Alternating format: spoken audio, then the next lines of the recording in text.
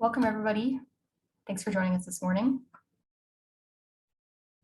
I'm just watching people filter into the webinar, so I'm going to give it like a minute or so before we get started.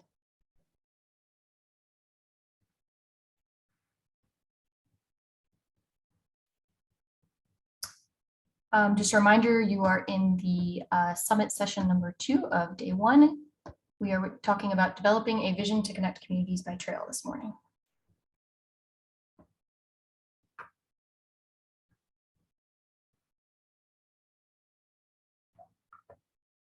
All right, I think we're going to get started.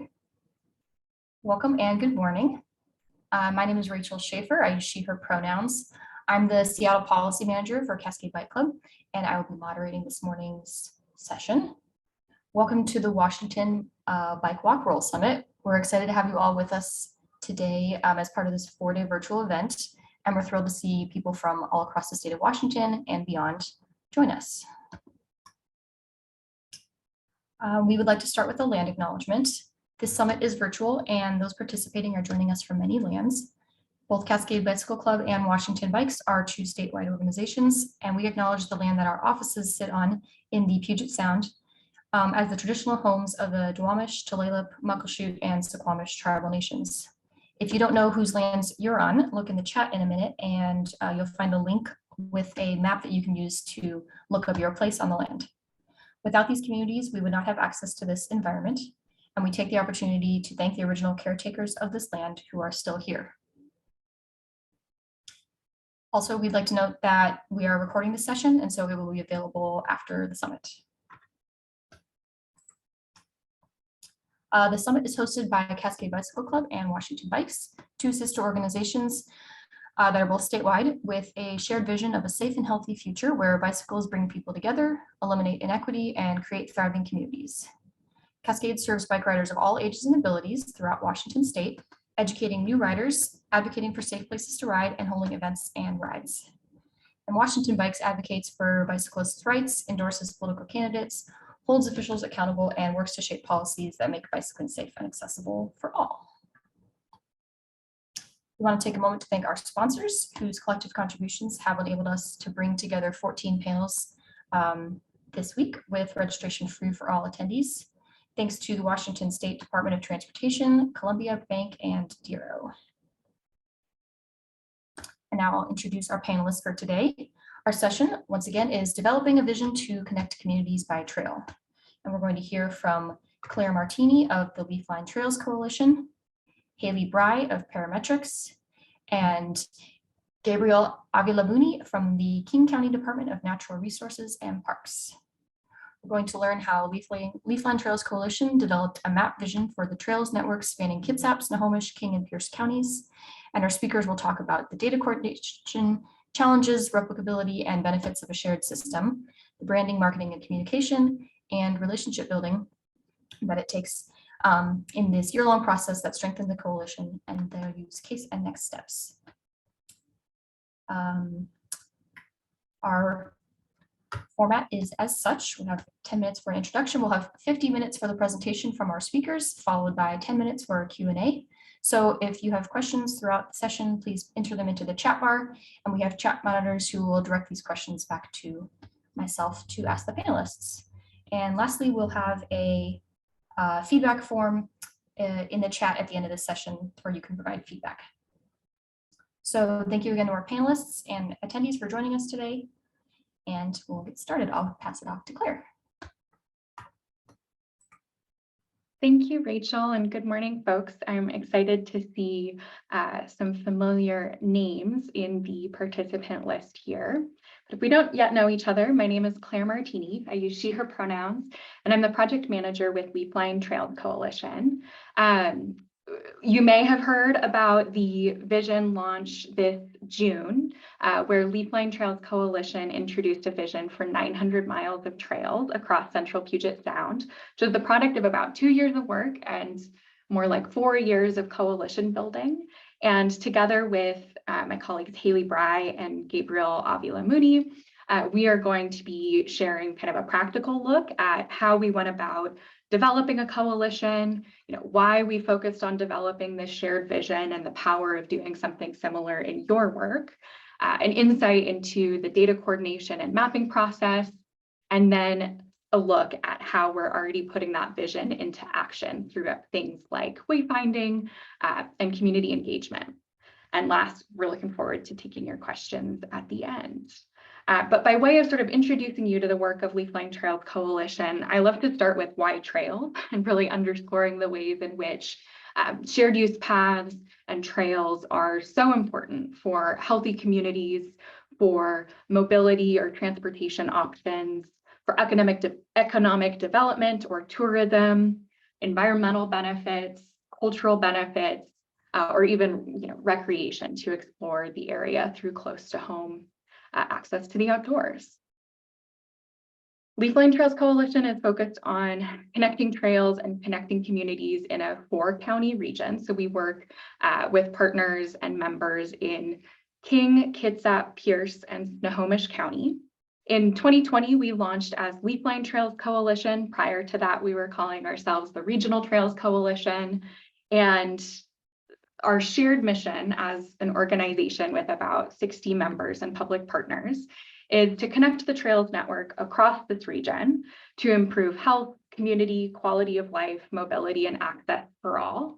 You can see in a kind of an animated graphic on your screen highlighting that 4-county area.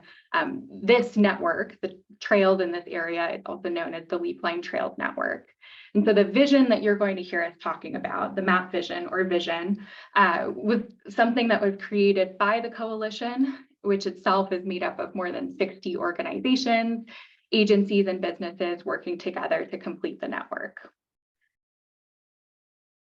We are excited to bring together nonprofit organizations, government, businesses, and community members, really understanding that to be effective in completing 900 miles of trails, we are going to need support and coordination and insights from multiple sectors. And so as the coalition developed, we reached out to stakeholders across these different sectors. And I'm going to share a little bit about how we initially began convening as a coalition to share information, identify shared challenges or solutions, and really kind of become a learning community as well as collaborators on completing the Trails Network. So the initial spark for Leafline Trails Coalition was a summit convened by the Rails to Trails Conservancy in 2018.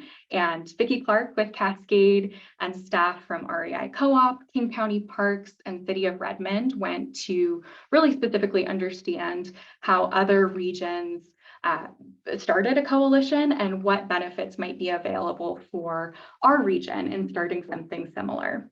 So as a result of that sort of study tour to Milwaukee to the Trail Nation Summit, the group convened and organized a regional trails summit in 2018. For the photo on the left of your screen is from.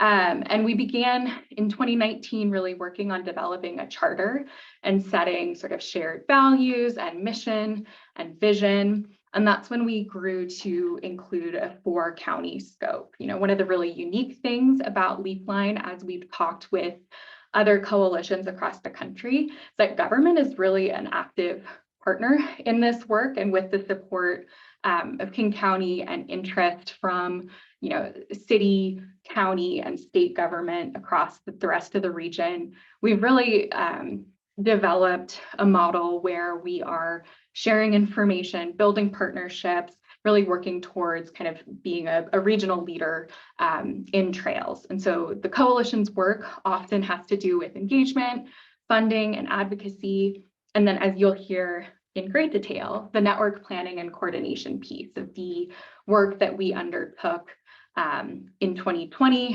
2021, and 2022 to really develop a shared platform and introduce a shared map vision. So last year, we officially grew to include more than 60 members and public partners. Sure, there's not time to read to you all of our incredible public partners, members, funders. Leafline is a fiscally sponsored project of the Seattle Parks Foundation, But I want to share this to show you just the breadth of organizations that participate in Leafline and really underscore that our vision in developing a coalition was to be stronger together than as one. And even just reading the names of many of the organizations on our list that participate in Leafline, it's really clear just how much progress is being carried out through those individual stakeholders, members, and partner organizations. Since a lot of the coalition's work in recent years has been during COVID, it gave us the opportunity to try to find ways to build relationships and support shared ownership of coalition projects in more of a distributed way. Prior to 2020, we were meeting a lot in person. And so we've really found some success with virtual quarterly meetings, some in-person policy rides, and working together on kind of communications campaigns. The images on my screen of some of our members holding Leafline Trails Coalition signs was part of a launch video that we rolled out, Gabriel's brainchild in 2020, that really tried to tell the story of the coalition, representing sort of the diversity and different interests of our members and partners. So together we're trying to maximize our collective impact. And part of that means really identifying and grappling with some of the shared challenges that we experience in our region. Whenever we talk with coalition members about what's hard, what's standing in the way of progress, and what's the barrier that we face in completing this 900-mile network, capacity, funding, time, political support. These are some of kind of the frequent answers that come up.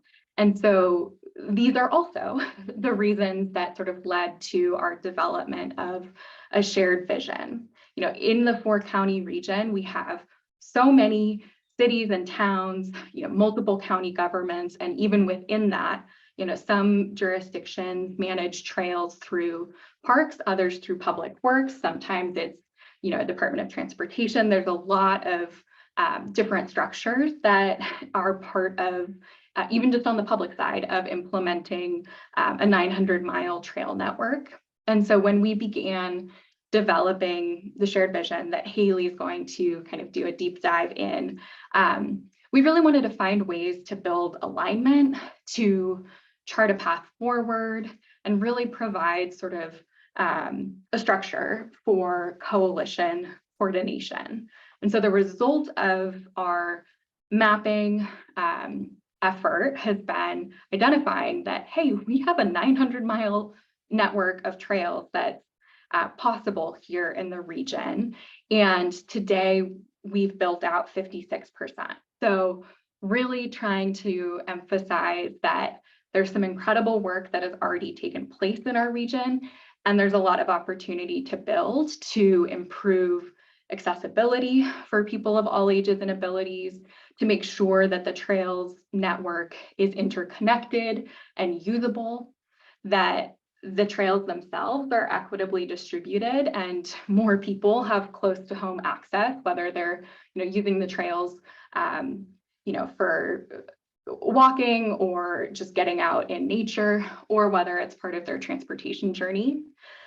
And all of that is part of what's needed to make trails a more reliable transportation choice, as well as foster some of the connection to green space.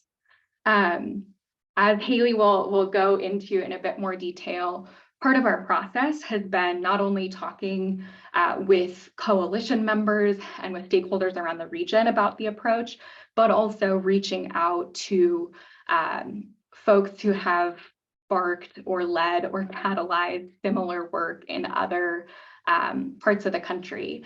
And one big thing that we heard from Capitol Trails Coalition in Washington, D.C., or stakeholders in Portland with the Intertwine Alliance, is that there's so much power in having a shared vision, and not only in the clarity around a visual product or a map that says, hey, this is what we're working towards, but also through the process of building relationships and understanding the strengths, the weaknesses, the opportunities, the challenges that are held in common amongst our region. So that was a bit of the grounding, and the place that we started, which I think is a common place with organizations that are seeking to develop a shared vision for a coalition, was really setting criteria. We went through a process with one of our active working groups, the Map Vision Working Group, to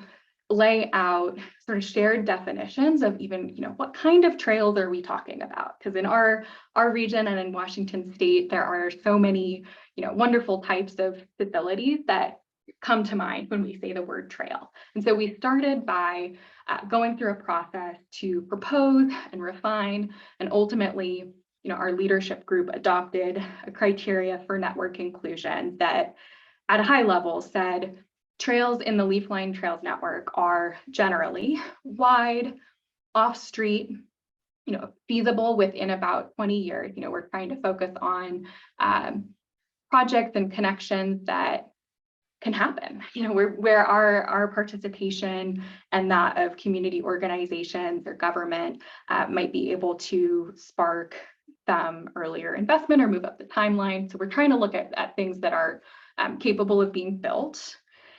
And we're generally focused on multi-use trails for biking, walking, rolling, riding. We've got everyone from the equestrian community to, urban cyclists who are trying to use these trails for transportation to, we've had conversations with groups like Outdoors for All, where there's been an effort to kind of highlight what makes trails more accessible. There's a lot of different types of users that are included in the Leafline Trails Network vision. And ultimately, the criteria also went on to say, these should be connected to each other. These trails should connect to each other or to destinations. And the surface might be either paved or a hard pack gravel, some surface that is going to work for the multiple users that we are targeting. As I sort of wrap up my initial comments about how the coalition developed and how we came together, I just want to share briefly, one thing that has been really joyful and exciting during the pandemic has been the opportunity to work with partner organizations to convene trail policy rides. We're trying to do a couple study tours or walking tours coming up in the next year, but just wanted to share a few images of the groups that came together to ride existing trails or planned trails and really talk with each other about what's needed, what's going to move the needle to realize this network. And so that's included, this is a ride with Cascade Bicycle Club. This spring, we also held a ride with Representative Rick Larson and other stakeholders to really look at where things like connectivity and safety funding might really benefit our region. And last, in June, when we launched our shared map vision, we were really excited to include Governor Inslee, who not only spoke to our group, but he did it live on Zoom while riding his bike on the Sound to Olympics Trail. So we set up kind of a virtual launch event that included community members like Diane Iverson, Governor Inslee, Pierce County Executive Bruce Dammeier, the Snohomish County Executive Summers, Poulsbo Mayor Becky Erickson, Tacoma Council Member Christina Walker, leadership from King County Department of Natural Resources, REI Co-op, and of course, volunteers like Haley, who have been really instrumental in supporting and adding capacity and technical expertise to develop this map vision. This was just an exciting opportunity to gather virtually to talk about this vision for 900 miles of trails and hear from our leaders about their commitment to realizing the vision. So I will pause there and transition over to Haley, who's going to take you on a much more detailed tour of the actual vision itself, how we worked on it, and how you might be able to implement something similar if you're involved in a coalition building effort. Thanks, Claire. My name is Haley Bry. I am a transit and active transportation planner with Parametrics, a full service planning, engineering, and environmental service firm. And with their blessing and support, I am a volunteer at Leafline Trails Coalition. And Leafline was on my radar about January of 2021. And so I attended a meeting and Claire put out an ask for GIS volunteers. And I reached out, not knowing where they were in the mapping process. And sure enough, they were at the very beginning. So I've been on this journey for since January 2021. And it's been a wild ride, but the exciting part is we get to an output like this, which is Claire already mentioned, 900 miles of trails is our goal. We have 500 miles of trails are opened, and it's 56% complete, which is a great baseline. And it was a very exciting moment when we kind of got to that realization earlier this year. So just a little bit of background on cartography. Maps are both an art and a science. They're political and controversial, and they're also data. And data, as we all know, is often manipulated. And so therefore, whenever we approach anything data related, we need to procure trust and relationship building. So that's where the coalition comes in. So for the 4-county region, this is the first time that all of this data has been put into one place and wrangled and cat herded and cleaned and processed. And so this is very exciting because, yeah, it was exciting to get everyone together and on board and develop relationships and trust and kind of they're protective of their data. So it was fun to see that kind of trust build over the course of the last 2 years. This, not to get too woo-woo on us here, but this is a great quote from Brene Brown, just kind of underscore the importance of maps. And maps are the most important documents in human history, and they give us the tools to store and exchange knowledge about space and place. So again, it goes back to that art and the science, and it really depends on how your brain works and what perspectives you're coming from and what your job is, where you sit on that spectrum between art and science. And that was it was a cool challenge, and it was a cool opportunity to provide both. And I'll show you some of our products here in a second.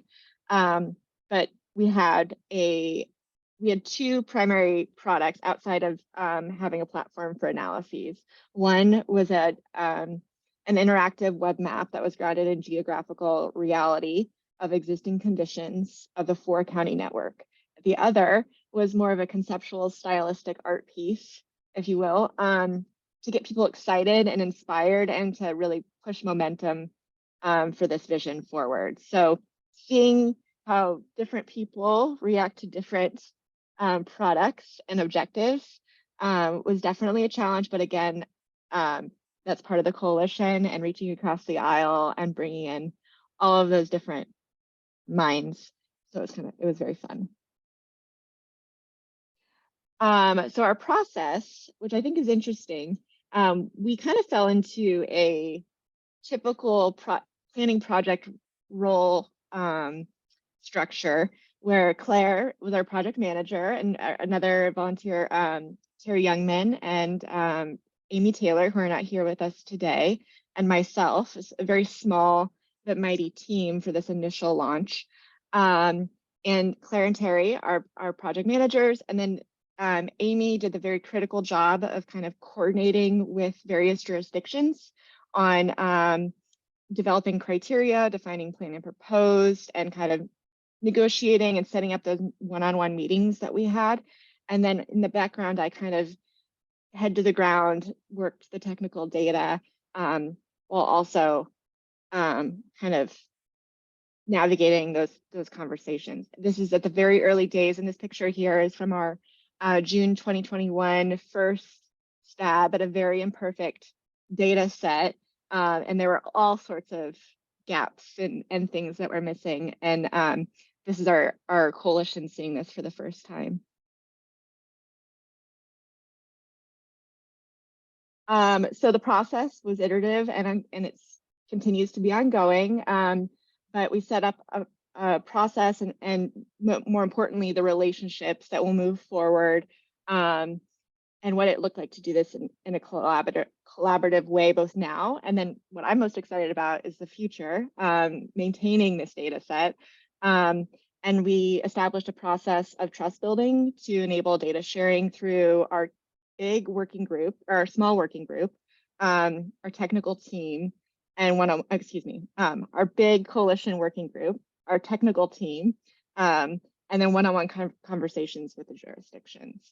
So it was just kind of those three things continually moved this vision forward. And so some of these behind the curtain products. So this one, I think summer 2021 was a full coalition meeting. We had the benefit of the virtual nature. This would have typically been like a dots on the map, kind of post it on the map exercise.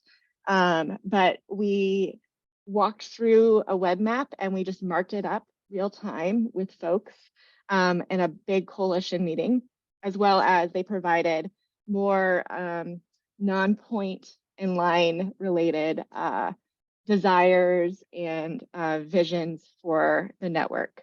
So this was very fun, and we do lean back on it frequently in order to figure out, okay, so there's a theme here, and try to move those conversations with the jurisdictions accordingly.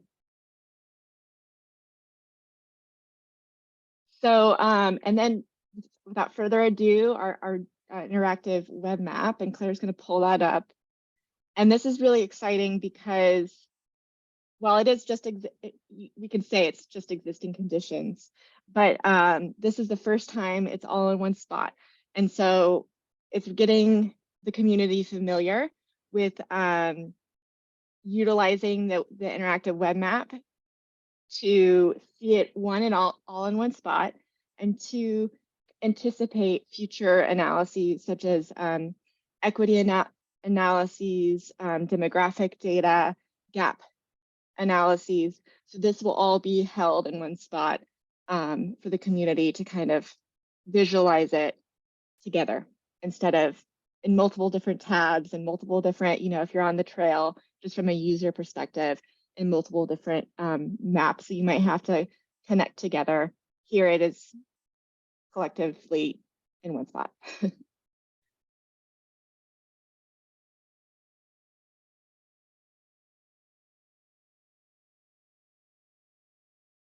And while it is the first time that the 4-county region has finagled all of this data into one space, this is not the first time that this has happened. So we really relied on those groups that came before us, like Capitol Trails Coalition, Circuit Trails Coalition, the Bay Area Trails Collaborative, and the Great American Rail Trail and Rails to Trails Conservancy, for their insight and their direction. And like Claire said, they really pressed upon the understanding of a shared vision. And so getting everyone on that spectrum of art and science together was really important. And here you have their subway style maps, which we did create our own in a sense. If you go to the next slide. And behind the scenes, you have a before, because we were like, we don't know how conceptual we want this to be. And so it's awful, but it was a good starting place. And then we worked with the whole coalition to see what folks were comfortable with, and we moved to the after. And again, I think the coolest part about this project is that this data is typically the baby of the respective jurisdiction. And so they are rightly so very protective of their data. And so any thing that we symbolized on the map had to be negotiated for folks to be comfortable with how we were showing it.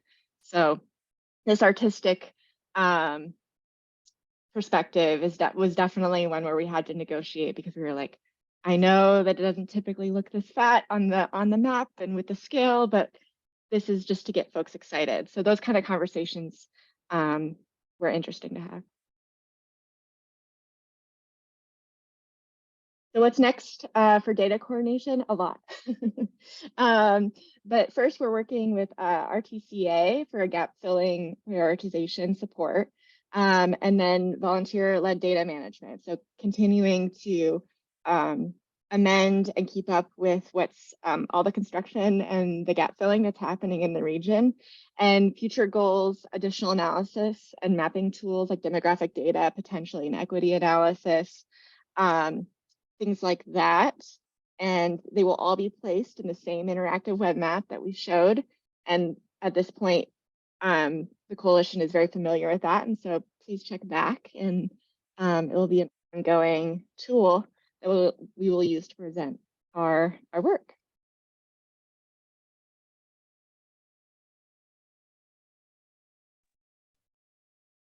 Thanks, Haley. Yeah, it's great to see all that work. Again, my name is Gabriel Avilamuni. I use he, him pronouns, and I'm a community engagement program project manager for King County Parks.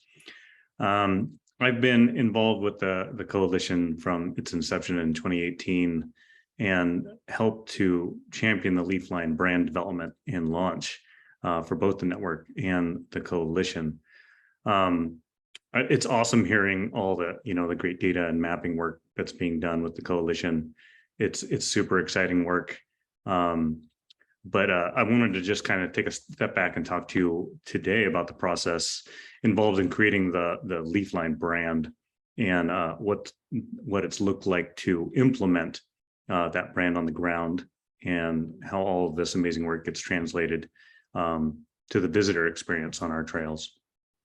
So the Leafline Trails name and logo came from over a year of community engagement work, where the coalition and our team at King County Parks talked with both trail users, coalition members, trail managers, advocates, and especially getting out and talking to people that really hadn't heard of the system or weren't familiar with the concept of regional trails.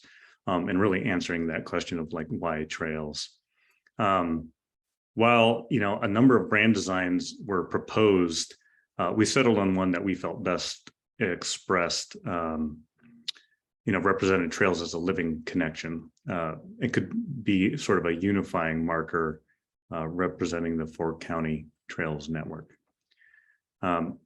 So the brand was unveiled in 2020. The name and logo development was funded by King County Parks, but it was developed very much in partnership with the founding members of the coalition. The brand itself shows how various parts of the system can connect to create a living, vibrant whole, reflecting themes that were communicated during the brand development. Things like Leafline is optimistic, nature-inspired, inviting, inclusive. Under one name, we felt that Leafline could unify the trails network to connect place to place, places to nature, and to neighbors and communities. So once the brand itself was developed, the coalition, along with King County Park staff, used those guidelines to create the leaflinetrails.org website. We coordinated with various, representatives of the 4-county coalition to help create a launch video for the site, and began the change to uniting the system under that one brand. Part of the conversation that we had was answering the questions, what is this brand? What does branding the system do for trail visitors? How is it going to increase awareness, increase enjoyment, create that sense of safety, and increase the overall experience of the network. So our goal at Parks was in branding the network was to benefit users on the ground. We wanted to assure visitors that they're on a thoughtfully constructed, holistic system. This brand can help shape and define their experience while they're out on the trails. as you've seen from the map, the Leafline Trails Network is composed of trails managed by a variety of jurisdictions. And while their general design and appearance are similar, some trail visitors might encounter a variety of logos and identifying markers as they traverse a single trail. Right now, we're working on a trail. King County Parks working on a trail. The East Trail is a great example of this. For those of you that aren't familiar, the East Trail will be a 42-mile long trail that goes from Snohomish County in Woodinville in King County in the north and follows the east shore of Lake Washington through Kirkland, Redmond, Bellevue, and then ends in Renton in the south. Just in the section of East Trail from Kirkland to Redmond, trail visitors already see a variety of brands and logos. The East Trail, being a major north-south destination and a major investment for King County Parks, has its own brand and identity. The Cross Kirkland Corridor also has its own brand. And then we have these logos of trail managers. So the cities of Redmond and Kirkland, King County Parks, and finally that Leafline brand.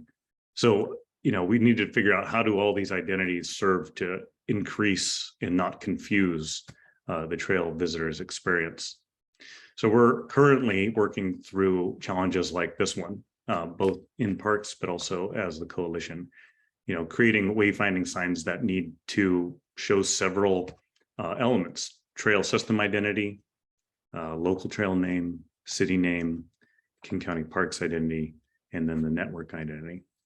And the position of these elements within the sign itself needs to reflect their relative importance to the users at that point in their journey.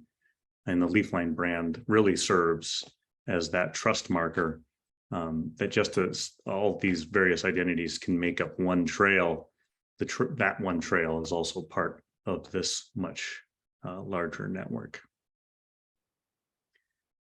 So some of the other things that went into considering, that we considered when creating that Leafline identity, we wanted, the brand to be easy for all the partners to implement, large enough to be a strong visual marker, but simple enough and easy enough to produce that they'll fit within, a pretty modest budget. We also want them to be easy to install, easy to maintain, and really able to fit into a brand hierarchy that is visually appealing, memorable. And then, because sign clutter is always something that we deal with, we want to find something that can be used as part of a larger strategy. So to that end, in King County Parks, we've implemented the Leafline brand in a couple different ways. One is with our gateway signage.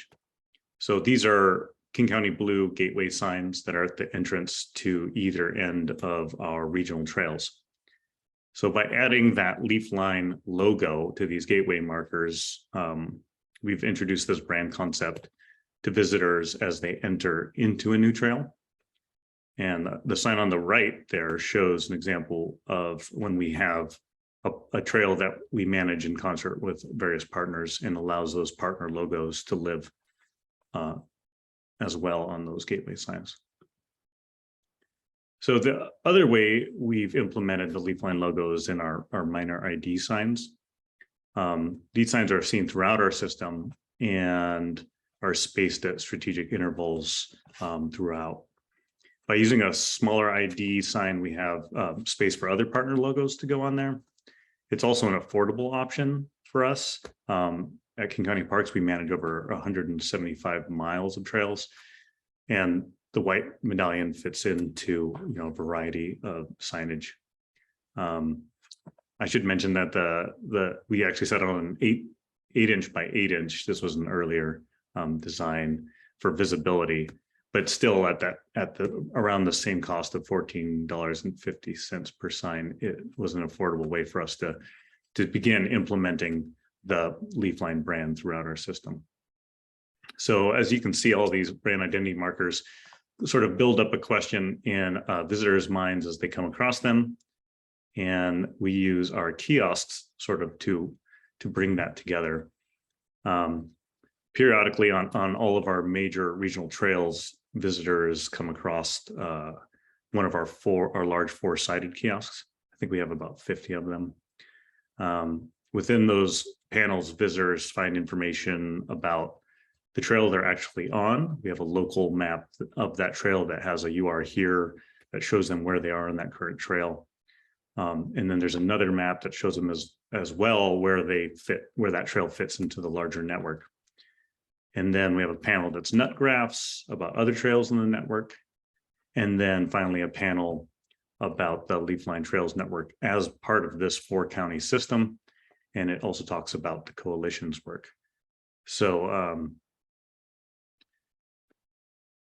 we have these mostly on our regional trails, but also in a few parks. So with the Leafline brand, we also rebranded our trail map. So those maps go out through a variety of channels. They go out through REI, they go out through our King County Parks Library System, as well as Seattle libraries. And we deliver a lot of them to bike stores and things. We rebranded them with the Leafline brand, and we also left one panel on the map to again talk about the Leafline network as a whole and the work that the coalition is doing to improve the experience. So all of this work is something that King County Parks took on to implement the Leafline Trails Network brand on trails in King County.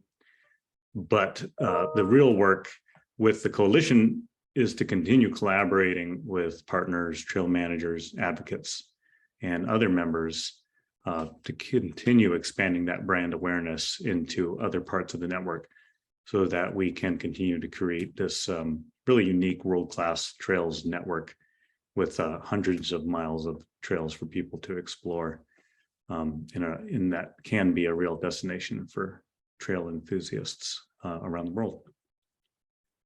Lastly, being a coalition partner itself has real benefits for trail managers, for jurisdictions, for advocates, and others. And for us at King County Parks, we have the opportunity through the coalition to collaborate not only on signage, but projects, policy rides, designing communication, including videos and websites, and of course, sharing all of this amazing data. So it's a really great opportunity.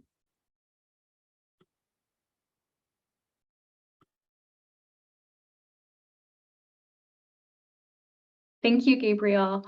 I always love to hear sort of the different ways that our coalition partners are applying the work and grappling with some of the challenges.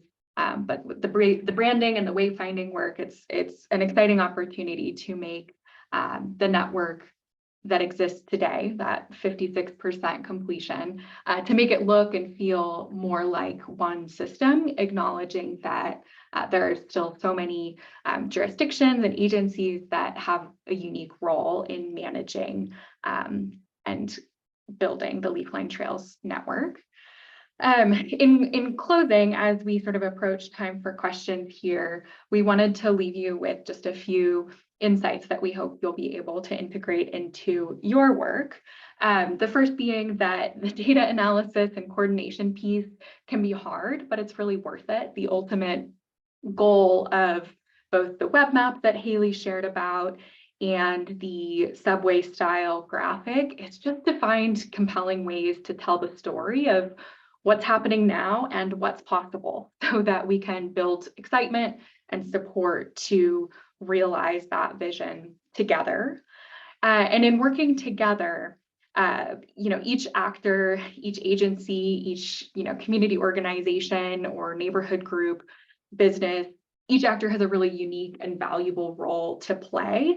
But it's our goal to kind of find ways to align, to band together, to strategize jointly so that all of those smaller actions that groups are taking, kind of adds up to a really impressive whole across the region.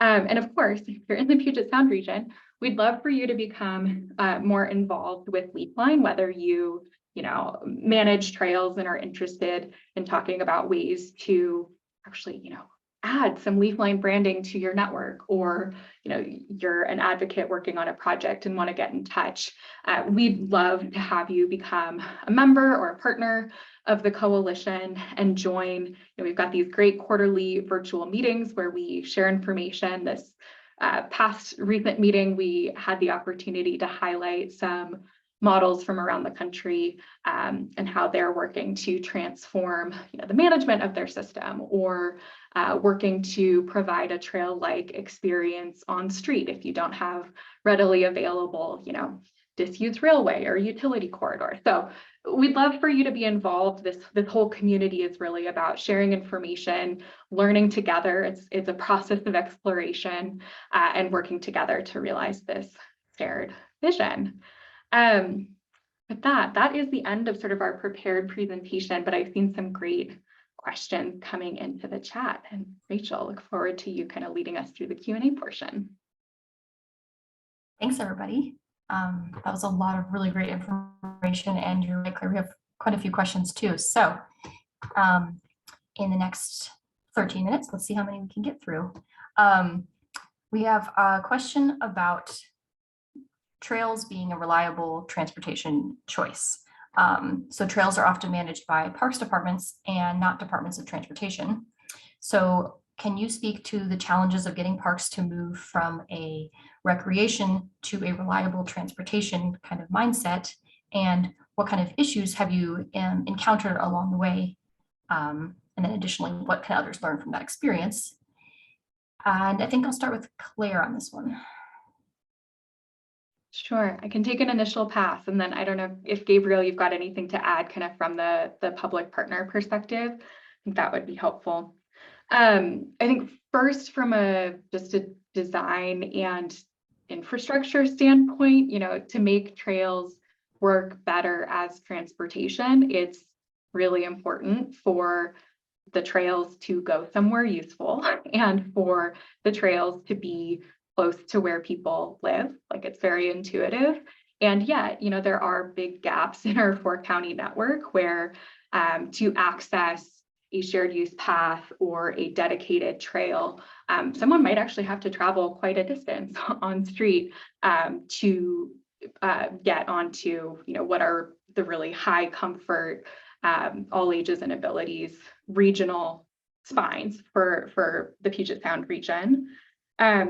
Second, I think facilitating better connections between trails and transit is important, whether that's for folks looking to, my old commute used to involve sometimes Burke-Gilman Trail and light rail, and those types of connections, making sure that that's available to more people throughout the region is really important. And last, I think there's sort of a management learning that's available for our public partners to make sure that things, what I've heard from community members is things like, trails officially being open all day, or trails having lighting so that they're easier to travel if you're someone who, needs to get to work early in the morning or late at night, or, you have shopping trips and off hours. Just making sure that the way that the trails are managed supports that transportation use. I think we're in a space as a region of kind of learning how to do that. I want to recognize WashDOT and an advocate, Anna Zevarts, recently, like in the last couple of weeks on Twitter, noted that there was an I-90 trail closure, or maybe it was the 520 trail. One of WashDOT's 2 big east-west trails was going to be closed, and sort of called out, hey, this is part of how I get around. I need to get my kid to swim lessons, or whatever it might be. How do we support the transportation uses of these facilities? And WashDOT was able to kind of change in real time how they were managing that closure. But those are the types of lessons and like new practices that we need to be sharing, be amplifying, be testing out kind of on a broader scale around the region, in my opinion. But Gabriel, I know as a public partner, there's like things like recreational immunity and all of these sort of pieces that are complex, but are there other kind of challenges or opportunities in your experience for moving like in your case, from a parks agency towards thinking more about the transportation use case? Yeah, I think, design is definitely one of those things that we're looking at as we move to create more of these trails, especially ones that are through neighborhoods that really have that are built alongside the trails and will have larger capacities, making sure that the design of those trails supports those different users, those different uses. Education is one too. I think really when you're looking at a multi-use trail and you have different types of users out there, you need to have that, education component to let people know proper use of those trails, so that way you can reduce those user conflicts. Great. And then I feel like this one might just lead right into the second question. Well, sort of the second question. We have a question about wayfinding. So how are you as a coalition approaching wayfinding signage to and from the trails at street intersections, recognizing, right, that there are gaps in these trails, or that they lead into actual streets as well. And so many trails don't include signage that tells you what street you're crossing, unlike when you're biking on maybe an urban street network. And then for accessibility and equity, we can't assume that everyone will be able to pull out a phone to see where they are. So I think, Gabriel, I'll start with you on that wayfinding question. Yeah, we're really looking at new ways to implement wayfinding. The East Trail is a great example of that. Both putting in wayfinding that shows where people want to go and really gives them a good sense of place as they're traveling along those corridors. And like I mentioned, not just letting them know what jurisdiction they're in, but also where are they in relationship to those destinations. And that really starts with good community engagement, really getting into the communities alongside trail and in communities that will be using those trails, and asking them where those destinations are and really prioritizing what people see on wayfinding, so that they don't have to pull out a phone when they hit an intersection, and they can see whether it's a kiosk or a sign that will give them a good idea of where they are in the system. Okay. So I'm trying to look at our long list of questions here. I want to say too, I encourage any of the panelists, if you feel comfortable putting your email into the chat before the session is over, that way if people have remaining questions, they can contact you directly, depending on the sphere, the angle of their question. Did you encounter any specific state laws or regulations that affect trail development, and what needs to change to make that easier? I'm not sure who wants to take this one. Haley, I want to give you a chance to speak, so I'm not sure if that's something you can speak to, or you can always pass it off to somebody else. Claire, that might be a Claire question. Claire question? Okay, go ahead, Claire, if you'd like. Yeah, so I think there's tremendous opportunity at the federal, state, and local level. One area that Leafline has been pretty involved recently is actually the Puget Sound Regional Council, and really understanding the value from our MPO of having dedicated active transportation planning. And Barb, I think this question came from you. The same goes for the state. Like, there is a huge value add of having a statewide active transportation plan. And I think our role as a coalition is in trying to bring together these different sources of gap analysis or planning to highlight where the rubber meets the road in our region for closing some of those gaps, with trails or trail-like on-street connections, and really kind of trying to find ways to make sure that multimodal active transportation projects like trails are able to be a real priority for the region to invest. Obviously, there's a lot that goes into that, from sort of the planning efforts that I noted to how lines of funding are set up, what the criteria are, how much money is specifically allocated for trails or active transportation. I think the state policy piece is another area where it's interesting that trails fit into both recreation and transportation categories. There was a great conversation at the State Trails Conference a couple years ago now, really looking at the issue of recreational immunity as one clause that, like, informally, I sometimes hear from land managers that there's some hesitance to go after, specific transportation funds because of a concern that that opens them up to liability. I'm not an attorney. I think there's a huge opportunity to kind of untangle that issue as one potential barrier. But overall, it strikes me that the biggest challenges are just getting these projects in the queue and competing for funding, and really kind of adding that, like, a capacity piece that so many of our coalition members and partners really struggle with when we think about finishing the network. Great. It's just things I would not have thought of when thinking about the network. I think I want to ask this question for all three of you, which is, what advice do you have for groups wanting to replicate the coalition model and this Trails network vision? And maybe, like, what would be 3 or 4 factors that need to exist in order for this work to succeed? And so I'm wondering, Haley, since you're our data visualizer, if you can speak from, like, maybe the key things from a data standpoint to help people across the state who might be thinking of doing this similar work. Yeah, I think the first thing I'd think about would be to come, so you have the criteria, but within that criteria, come to the table with very strong definitions on how you're going to message and the perspective that those definitions will take. For instance, planned and proposed was a big conversation.